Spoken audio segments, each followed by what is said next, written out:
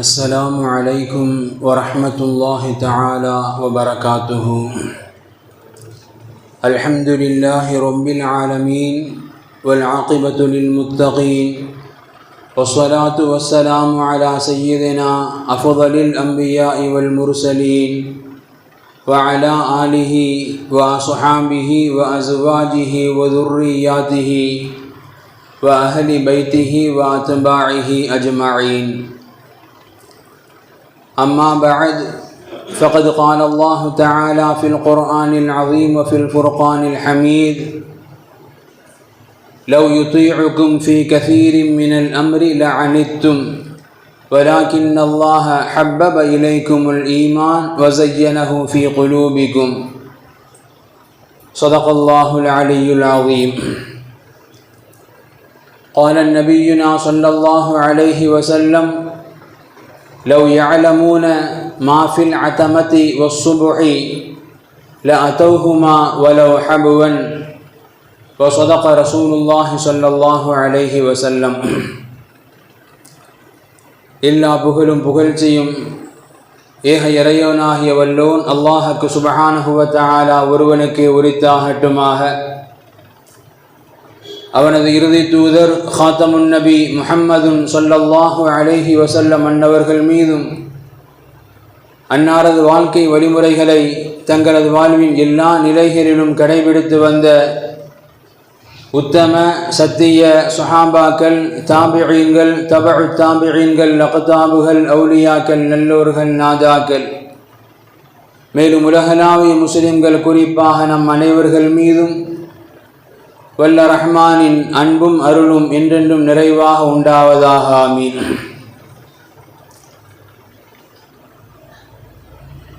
கண்ணியம் பொருந்திய அல்லாஹ்வின் நல்லடியார்களே, துல்ஹஜ்ஜினுடைய பாக்கியம் நிறைந்த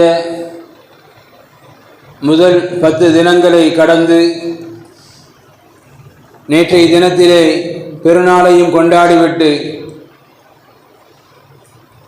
அடுத்து வரக்கூடிய 3 தினங்கள் மார்க்கம் நமக்கு சொல்லிக்காட்டும் ஐயாமு தஷ்ரீக், ஐயாமு தக்பீர் என்கின்ற பெயரில் தக்பீர் ஓதப்படக்கூடிய நாட்களாக, குர்பானி பிராணியை அறுத்து பலியிடாதவர்கள் அறுத்து பலியிடுவதற்குண்டான தினங்களாக அடுத்து வரக்கூடிய 3 தினங்களை மார்க்க நமக்கு காட்டி தந்திருக்கின்றது. அல்லாஹ்வுக்கு சுப்ஹானஹு வ தஆலா அந்த பாக்கியமான குர்பானிகளை யாரெல்லாம் கொடுத்திருக்கின்றார்களோ, இன்னும் கொடுக்கவிருக்கின்றார்களோ அனைவருடைய குர்பானிகளை அல்லாஹ் பரிபூர்ணமாக முழுமையாக அல்லாஹ் ஏற்று அங்கீகரித்து அருள் புரிவானாக. பொதுவாகவே மனித வாழ்க்கையை பொறுத்தவரை எந்த ஒரு காரியமாக இருந்தாலும், உலகத்தின் காரியங்களோ, மறுமையின் காரியங்களோ, குடும்பத்தின் விஷயங்களோ, எந்த ஒரு விஷயமாக இருந்தாலும்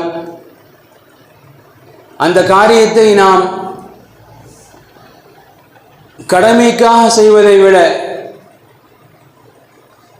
நாம் நம்முடைய மனமோந்து செய்யக்கூடிய அந்த காரியங்களுக்கு உண்டான முடிவை, அந்த ரிசல்ட்டை வேறு மாதிரியாக நம்மால் பார்க்க முடியும். ஒரு படிக்கக்கூடிய ஒரு மாணவர் அவர் அந்த படிப்பை மற்றவங்க சொல்லுவாங்க, ரொம்ப இது கஷ்டமான சப்ஜெக்ட் ஆச்சா, இப்படிப்பா இதை எடுத்த, ஆனால் அதனை அவர் விரும்பி எடுக்கின்ற பொழுது, விரும்பி படிக்கின்ற பொழுது அதனுடைய முடிவை யாரும் எதிர்பார்க்காத பல மாற்றங்களோடு நம்மால் அந்த மாணவன் படிப்பதை நம்மால் காண முடியும். ஒரு தொழில், அந்த தொழிலை செய்வது சிரமமான ஒரு சூழல் என்றிருந்தாலும் அதை அவர் இன்பத்தோடு ஏற்றுக்கொண்டு செய்கின்ற பொழுது அதனுடைய முடிவுகள் மாற்றமாக இருப்பதை நம்மால் காண முடியும். இது உலகத்திற்குண்டான காரியத்தில் மட்டுமல்ல, மாறாக மறுமை சார்ந்த வாழ்க்கையினுடைய எல்லா காரியங்களிலும் இந்த ஒரு முடிவை நம்மால் கண்டிப்பாக வாழ்க்கையில் அனுபவபூர்வமாக பார்க்க முடியும். இதை ஒத்துக்கொள்ளத்தான் வேண்டும். அதுபோன்றுதான் மார்க்கமும் நமக்கு சொல்லி காட்டும். மார்க்கம் நமக்கு எவைகளை எல்லாம் கடமை என்கின்ற ரீதியில் நமக்கு வணக்கமாக இபாதத்தாக ஆக்கி தந்திருக்கின்றதோ, அல்ஹம்துலில்லாஹ், நம்மில் கடமையை நிறைவேற்றுபவர்கள், தொழுகையை நிறைவேற்றுபவர்கள் குறைவல்ல, அல்ஹம்துலில்லாஹ், பெருகி இருக்கின்றோம். ஆனால் மார்க்கம் நம்மிடமிருந்து இன்னொன்று எதிர்பார்க்கின்றது. இந்த ஒரு இபாதத்தையும் கடமையாக நினைத்து செய்வதை விட அதை மனப்பூர்வமாக அதை உள்வாங்கிக் கொண்டு அந்த இபாதத்தினுடைய இன்பங்களை அனுபவிக்கக்கூடிய ரீதியில் நமது இபாதத்துகள் மேம்பட்டு விடும் என்று சொன்னால் உண்மையிலேயே அதைவிட சிறந்த ஒரு பாக்கியமான வாழ்க்கை வேறு எதுவும் இருக்க முடியாது.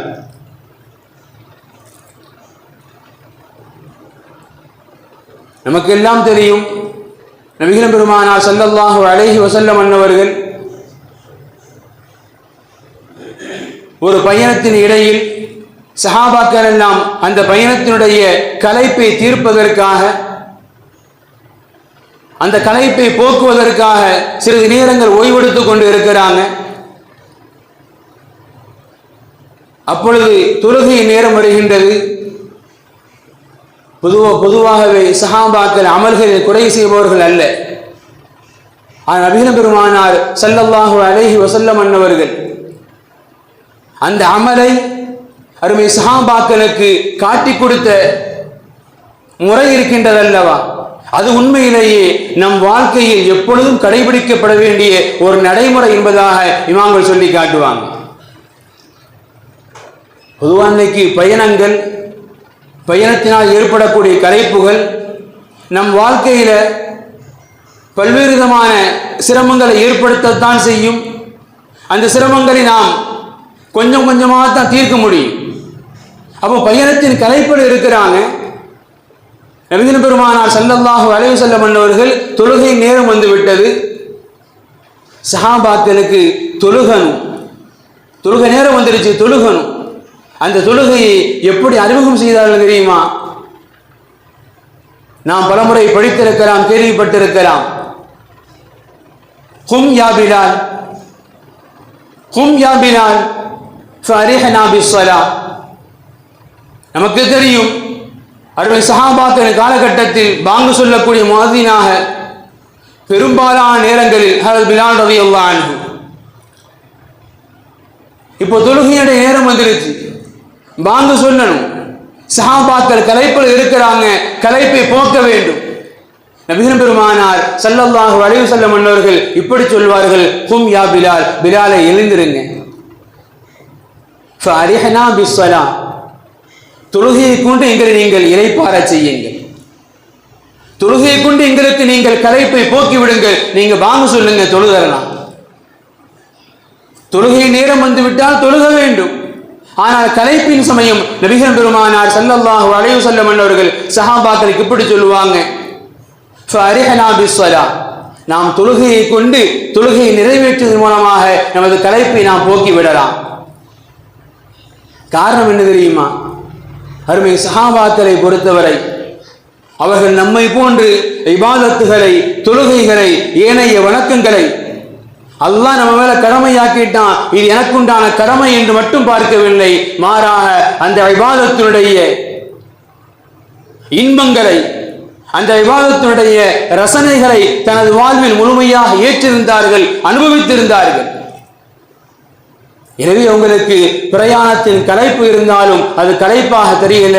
நபிகள் பெருமான் சொன்னாங்க, தொழுகையில ஈடுபட்டுட்டா அந்த களைப்பெல்லாம் மறந்துருந்தாங்க நபிகள் பெருமானார். இது உண்மையிலேயே சஹாபாக்கள் வாழ்க்கையில் நபிகள் பெருமானார் புகுத்திய ஒரு செயல் அல்ல, மாறா சஹாபாக்கள் இப்படித்தான் அனுபவித்து வாழ்ந்து வந்தார்கள். நாம் நிறைய வரலாறுகளை பார்க்க முடியும்.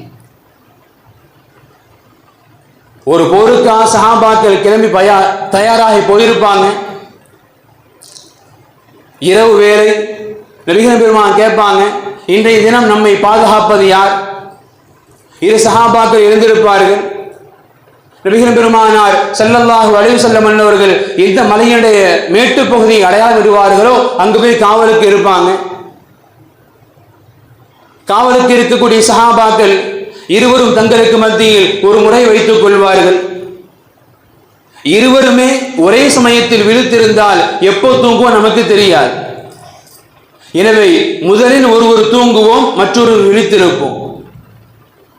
இரவு சிறிது நேரத்திற்கு பிறகு விழித்திருந்தவர் தூங்கட்டும், தூங்கியவர் விழித்திருக்கலாம் என்கின்ற உடன்படிக்கையின் பெயரில் இருவரும் காவலாளியாக அமர்த்தப்படுகின்றார்கள். ஒப்பந்தத்தின் பிரகாரம் முதல் சஹாபி தூங்குறாங்க, இரண்டாவது சஹாபி விழித்திருக்கிறாங்க. விழித்திருக்கும் சஹாபி நினைக்கிறாங்க, விழித்திருக்கக்கூடிய இந்த நேரத்தை நாம் ஏன் இபாதத்தில் கழிக்க கூடாது? தொழுகைக்கா தக்பீர் கட்டிடுறாங்க. தக்பீர் கட்டியவர்கள் தொழுகையை தொழுகின்றார்கள். ஒரு மனிதர் எதிரியின் தரப்பில் இருந்து ஒரு மனிதர் நிற்கிறார், இவ்வளவுதான் என்பதை அனுமானித்துக் கொண்ட எதிரியுடைய கூட்டம் தொழக்கூடிய சஹாபியை நோக்கி மிக தெளிவாக குறிவைத்து அம்பினால் தாக்கப்படுகின்றது. அந்த சஹாபி தொழுது கொண்டே இருக்கிறாங்க. இறுதியில் தொழுகையை முடித்து உறக்கிக் கொண்டிருந்த மற்றொரு சஹாபி எழுப்புவாங்க. எழுப்பி சொல்லுவாங்க, என் காலில் அம்பு குத்திருக்கு, அதை எடுத்து விடுங்க. வலி தாங்கள எடுத்து விடுங்க. உறங்கிக் கொண்டிருந்த தோழர் கேட்பார், அருமை தோழரை, இவ்வளவு நேரங்கள் நீங்கள் ஏன் இதை தாங்கிக் கொண்டிருக்க வேண்டும்? அம்பு எய்யப்பட்ட பொழுது நீங்கள் என்னை எழுப்பி இருக்கலாமே. அந்த சஹாபி சொன்ன பதில், நான் தொழுது கொண்டிருந்தேன். தொழுகையில் ஒரு நீண்ட சூறாவை ஓதிக்கொண்டிருந்தேன். அந்த சூறாவை முடிப்பதற்கு முன்பாக என் தொழுகையை முடிப்பதற்கு என் மனம் ஒப்புக்கொள்ளவில்லை. அந்த சூறாவை முடிப்பதற்கு முன்பாக என் தொழுகையை முடித்துக் கொள்ள என் மனம் இடந்தரவில்லை. எனவே சூறாவை முழுமைப்படுத்தி என் தொழுகையை முழுமைப்படுத்தினேன். அதுதான் தாமதம். இன்றைக்கெல்லாம் ஏதேனும் ஆபத்து வரவில்லை, வந்து விடுமோ என்கின்ற பயம் நம்மை தொழுகை விட்டு தடுத்து விடுகின்றது. சரி, தொழுகைதான, பின்னாலே பார்த்துக்கலாம். ஆனால் அம்பே எய்யப்பட்டாலும் சூறாவை முழுமைப்படுத்தாதவரை என் தொழுகையை நான் முடிக்க மாட்டேன் என்கின்ற ஈமானோடு வாழ்ந்து காட்டியவர்கள் அருமை சஹாபாக்கள். காரணம் என்ன? ஒன்றே ஒன்றுதான், நாம் இபாதத்துகளை, வணக்கங்களை கடமையாக மட்டும் பார்க்கின்றோம். அல்லாஹ் என் மீது கடமையாக்கி விட்டான், எனக்குண்டான கடமை. சஹாபாக்கள் கடமையாக பார்க்கவில்லை, மாறாக அதை தனது வாழ்வினுடைய இன்பங்களாக மனமுவந்து அந்த தொழுகையில் என்ன பாக்கியத்தை பெற வேண்டுமோ, அந்த தொழுகையில் என்ன இன்பத்தை பெற வேண்டுமோ, அந்த இன்பத்தை பெற்றதினால் எந்த ஒரு தலைப்பும் எந்த ஒரு ஆபத்தும் அவரது இபாதத்தை விட்டு அவரை தடுத்து விடவில்லை. உண்மையும் அதுதானே. நபிகள் பெருமானார் மிக தெளிவாக சொல்லி காட்டுவாங்க, ஒரு தொழுகையாளி யுனாஜிய ரப்பா, தன் ரப்போடு உரையாடி கொண்டிருக்கின்றார். தொழுகையில் நாம் முஸல்லாவில் நின்று விட்டு அல்லாஹ் அக்பர் என்று தக்பீர் கட்டுவதற்கு முன்பூரே வேறு தக்பீர் கெட்டிவிட்டால் மார்க்க நமக்கு அதைத்தான் சொல்லி காட்டுகின்றது. அண்ணன் பெருமானாருடைய தெளிவான அறிவுறுத்தலும் அதுதான்.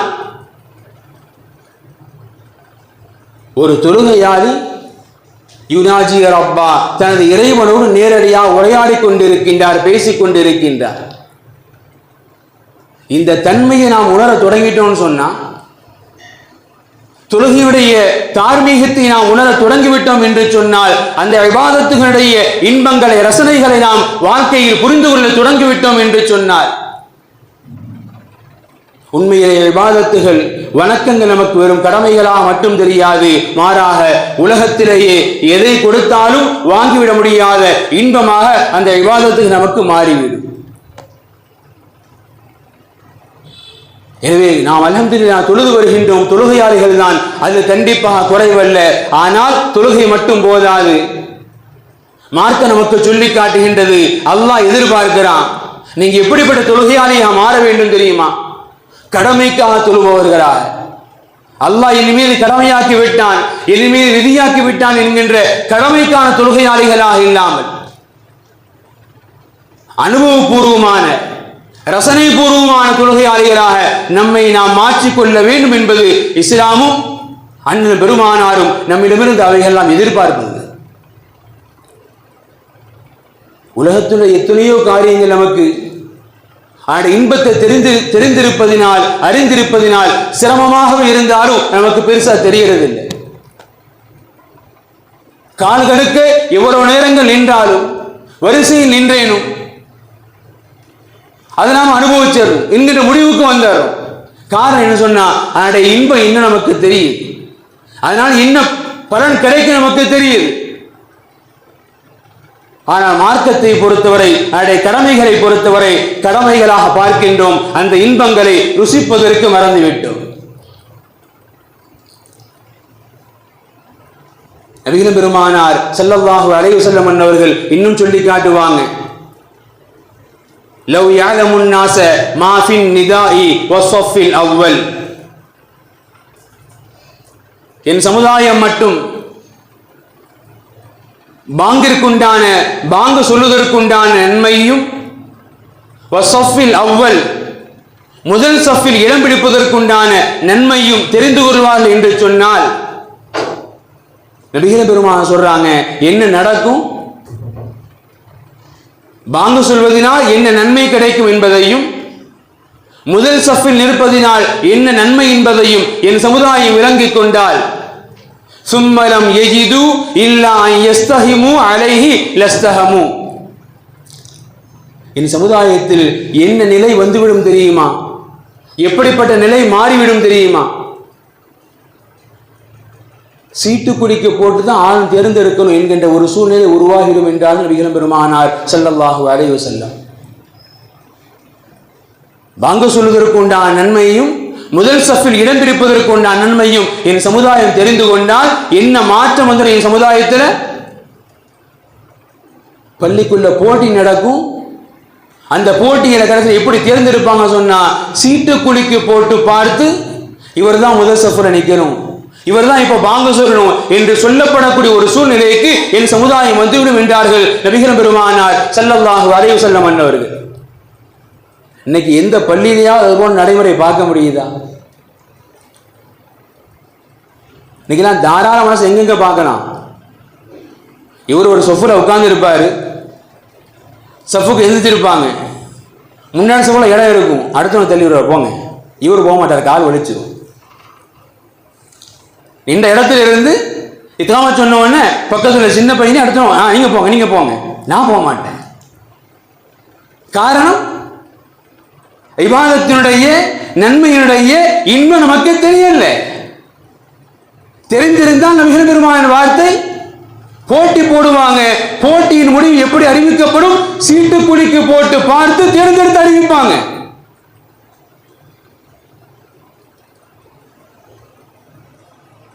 இபாதத்துகள் கடமைகள் இருக்கின்றது, கடமையை நிறைவேற்றுகின்றோம். ஆனால் கடமைக்குண்டான மரியாதையோடு மனப்பூர்வமான தன்மைகளோடு அந்த கடமைகள் நிறைவேற்றுகின்றோமா என்கின்ற கேள்வி முன்வைக்கப்படும் என்று சொன்னால் உண்மையிலேயே இல்லை என்பது மாத்திரம்தான் பதில்.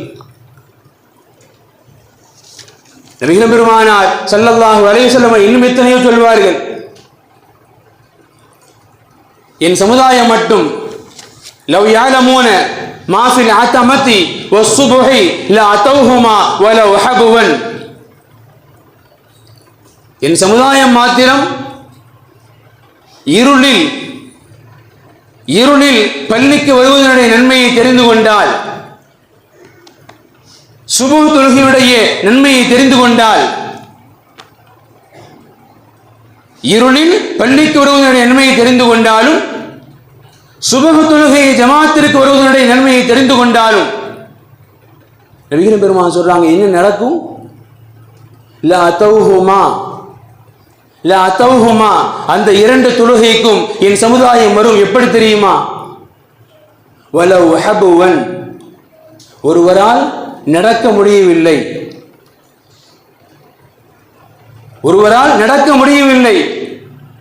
கால் முடமானவராக இருக்கிறாரு. நபிகள் பெருமானார் சொல்றாங்க வலவ் ஹபவன் தவழ்ந்துதான் அவர் பள்ளிக்கு வர வேண்டும் என்று சொன்னால் அப்படியும் வருவார். காரணம் சுபஹுடைய ஜமாத் இருக்கும். கடுமையான இருளின் வேளையில் பள்ளிக்கு வருவதற்கும் அதற்கு அல்லாஹ் கொடுக்கக்கூடிய நன்மைகள் பாக்கியங்கள் அவ்வளவு உயர்வானது. எனவே வருபவர் நடந்து ஓடி வாகனத்தில் அல்ல, அவரால் முடியல, தவழ்ந்துதான் பள்ளிக்கு வரணும் என்கின்ற ஒரு சிச்சுவேஷன், அப்படியும் வருவார் என்றார் நபிகள் பெருமானார் ஸல்லல்லாஹு அலைஹி வஸல்லம் அவர்கள். இன்னைக்கு அது போன்ற சூழ்நிலை தான் இல்லை. அல்லது வீதிகள் முழுக்க வெளிச்சங்கள் பரவி இருக்குது. எல்லோருக்கும் அல்ஹம்துலில்லாஹ் அல்லாஹ் பாக்கியமான வாழ்க்கையை கொடுத்திருக்கான். நடந்து வரக்கூடிய தேவையில்லை, வாகனம் இருக்குது. இருந்தும் நம்மால் சுபஹுடைய ஜமாத்தில் பங்கெடுக்க முடியவில்லை என்று சொன்னால் அண்ணன் பெருமானார் சொன்ன அந்த நன்மை இன்னைக்கு நமக்கு தெரியல. ஒரு தொழுகை தானே பார்த்துக்கலாம், ஒரு தொழுகை தானே பார்த்துக் கொள்ளலாம். இன்றளவு நாம் கடமைக்கு அமல்கள் செய்பவர்கள் அவ்வளவுதானே தவிர ஒரு அமலை மனப்பூர்வமாக அதனுடைய இன்பங்களை புரிந்து உணர்ந்து மார்க்கம் எப்பேற்பட்ட ஒரு முன்னிலையில் முதல் நிலையில் அமல்களை வைத்திருக்கின்றது என்கின்ற அனுபவபூர்வமாக அமல்களை செய்பவர்கள் இதுவரை நாம் இல்லை என்பதுதான் இது போன்ற ஹதீஸ் நமது யதார்த்தத்தை படம் பிடிச்சு காட்டு. எனவே அன்பிற்குரிய அல்லாஹ்வின் நல்லடியார்களே, நாம் தொழுகையாளிகளாக இபாதத்தை நிறைவேற்றுபவர்களாக இது மட்டும் போதாது. அல்லாஹ் எதிர்பார்க்கிறான், மார்க்கம் எதிர்பார்க்கின்றது, இபாதத்துகளை வணக்கங்களை கடமையாக செய்யாதீர்கள், மனமும் வந்து நீங்களாக விரும்பி செயலாற்றுங்கள். அதனுடைய முடிவை நீங்க வேறு மாதிரி பார்க்கலாம், அதனுடைய முடிவை நீங்க வேறு மாதிரி பார்க்கலாம். இது நம்ம ஒவ்வொருவருமே அனைவர்களும் எல்லா இபாதத்துகளும் கடமைக்காக நிறைவேற்றக்கூடிய ஒரு சூழல் இருக்கின்றோமே தவிர இபாதத்துகளுடைய இன்பங்களை புரிந்து உணர்ந்து மனப்பூர்வமாக செயலாற்றக்கூடிய ஒரு சூழ்நிலைக்கு இன்னும் நமது வாழ்க்கை பயணப்படவில்லை. அல்லாஹ் திருமறையில் ஒரு வசனம் சொல்லி காட்டுவான், ஒமன் யுமின் பில்லாஹி ஒமன் யுமின் பில்லாஹி யஹ்தி கல்பா. பொதுவா ஈமான் கொண்டு வந்து விட்டாலே ஹிதாயத் வந்துருச்சு. கலிமா சொல்லிடுன்னு சொன்னாலே அல்ஹம்துலில்லாஹ் ஈமான் வந்துருச்சு. அல்லாஹ் அங்க சொல்றான், ஒமன் யுமின் பில்லாஹி, யார் அல்லாஹ்வை கொண்டு மனப்பூர்வமாக ஈமான் கொண்டாரோ யஹ்தி கல்பஹு, அவரது கல்புக்கு ஹிதாயத் கிடைக்குங்கிறான் அல்லாஹ். எனவே ஈமான் உளப்பூர்வமாக வேண்டும். ஈமான் வார்த்தை ரீதியாக வெளிரங்க ரீதியாக அல்ல, உணர்வு பூர்வமாக ரீதியாக வேண்டும். அப்படி இருந்து விட்டால் அந்த ஈமானுக்கு அல்லாஹ் மதிப்பு தர்றான். யஹ்தி கல்பா, அந்த கல்பு ஒளி பெற்று விடும், அந்த கல்பு கண்டிப்பாக நிறைந்து விடும், விசாலமாகிவிடும். அல்லாஹ்வின் வார்த்தை. அன்பிற்குரிய அல்லாஹ்வின் நல்லடியார்களே, நம் வாழ்க்கையை பொறுத்தவரை அல்ஹம்துலில்லாஹ் அமல்கள் செய்கின்றோம், செய்வதில் குறை அல்ல. ஆனால் அந்த அமல்களை கடமைக்காக நிறைவேற்றக்கூடிய ஒரு சூழ்நிலையில் இருந்து அதை நாம் மனப்பூர்வமாக அதை ரசித்து நாம் வாழ பழகிவிட்டால் கண்டிப்பாக அதனுடைய முடிவுகளை நம்மால் இந்த உலகிலே நம்மால் காண முடியும் என்பதுதான் இஸ்லாம் நமக்கு சொல்லி காட்டக்கூடிய யதார்த்தமான வாழ்க்கையினுடைய பாடங்கள்.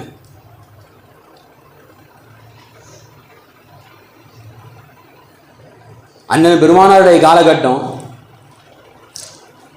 உஹதுல யுத்தம். உஹதுல யுத்தத்தில் ஒரு மிகப்பெரிய வதந்தி மக்கமா நகர் முழுக்க பரவுகின்றது. உஹதிலே நபிகள் பெருமானார் ஸல்லல்லாஹு அலைஹி வஸல்லம் அவர்கள் கொல்லப்பட்டு விட்டார்கள்.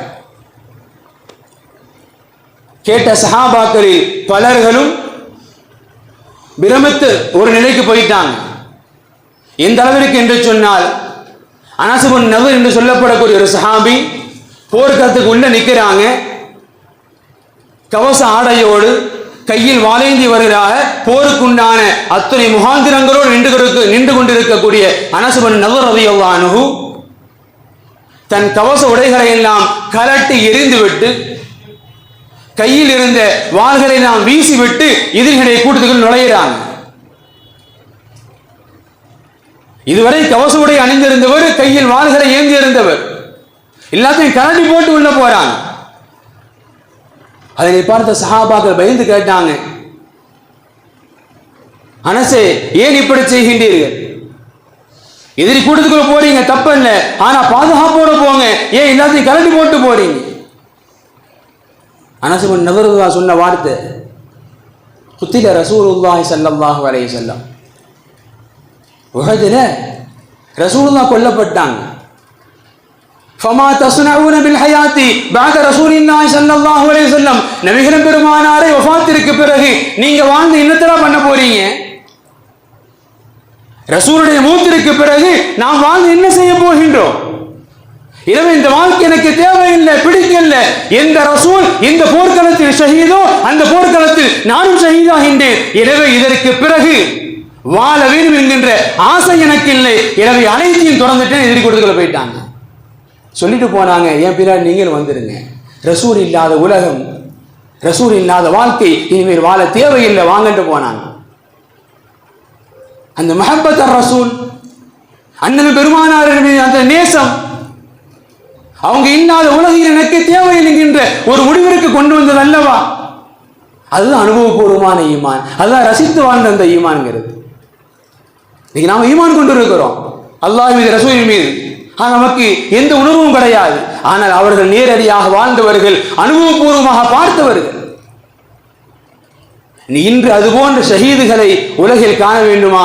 பலஸ்தீனில் பார்க்கலாம், காசாவில் பார்க்கலாம். ஏன் நேற்றைய பெருநாளைய தினம் உலகமே சந்தோஷமாக கொண்டாடி கொண்டிருந்தது. நேற்றைய தினமும் அந்த மக்கள் மீது குண்டு வீசப்பட்டது. கிட்டத்தட்ட 10க்கு நெருக்கமான ஷஹீதுகள். நாம் கடந்த கால வாழ்க்கையில் பார்த்திருப்போம், ஒரு பலஸ்தீனுடைய சிறுவனிடம், இந்த ஊர்ல தான் நிம்மதியா இருக்க முடியலையப்பா, எங்க ஊருக்கு வா, நிம்மதியா இருக்கலாம் என்று கூப்பிட்ட பொழுது அந்த சிறுவன் சொன்ன பதில், உங்க ஊர்ல வந்தா நிம்மதியா இருக்கிறான், ஆனா ஷஹீது கிடைக்குமான்னு கேட்டான்.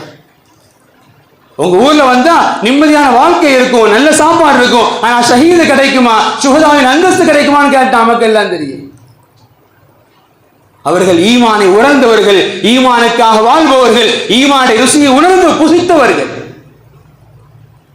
அல்லாஹ் தான் எதிர்பார்க்கிறான், வலாக்கின்னல்லாஹ ஹப்பப இலைக்குமுல் ஈமான், அல்லாஹ் உங்களுடைய உள்ளங்களில் ஈமானை விதைத்திருக்கின்றான், அதை பிரியத்தை போட்டிருக்கின்றான். எனவே ஈமானுடைய அமலுடைய ருசியை நீங்கள் உணருங்கள் என்பது அல்லாஹுடைய வார்த்தை. ஒரு உணவு தயாரிக்கப்படுது, அந்த உணவு 2 காரணங்களுக்காக ஒதுக்கப்படலாம். ஒன்று, உணவுல ருசியில ஒதுக்கலாம். மற்றொன்று, எனக்கு நோய், எனக்கு ருசி தெரியல ஒதுக்கலாம். ஈமானுக்கும் அமலுக்கும் ருசி இருக்குது, நம்மால உணர முடியல, எனவே நாம் நோயாளிகள். அல்லாஹ் ரப்புல் ஆலமீன் ஈமானுடைய அமல்களுடைய ருசிகளை உணர்ந்து நம் வாழ்க்கையில் பயணிக்கக்கூடிய எல்லா அமல்கள் நிறைவேற்றுவதற்குண்டான நிர்வாகியத்தை அல்லாஹ் நம் அனைவருக்கும் தந்து அருள்புரிவானாக. வாஹிரு தஅவாஹும் அனில் ஹம்துலில்லாஹி ரப்பில் ஆலமீன். அஸ்ஸலாமு அலைக்கும் வரஹ்மத்துல்லாஹி தஆலா வ பரகாத்துஹு.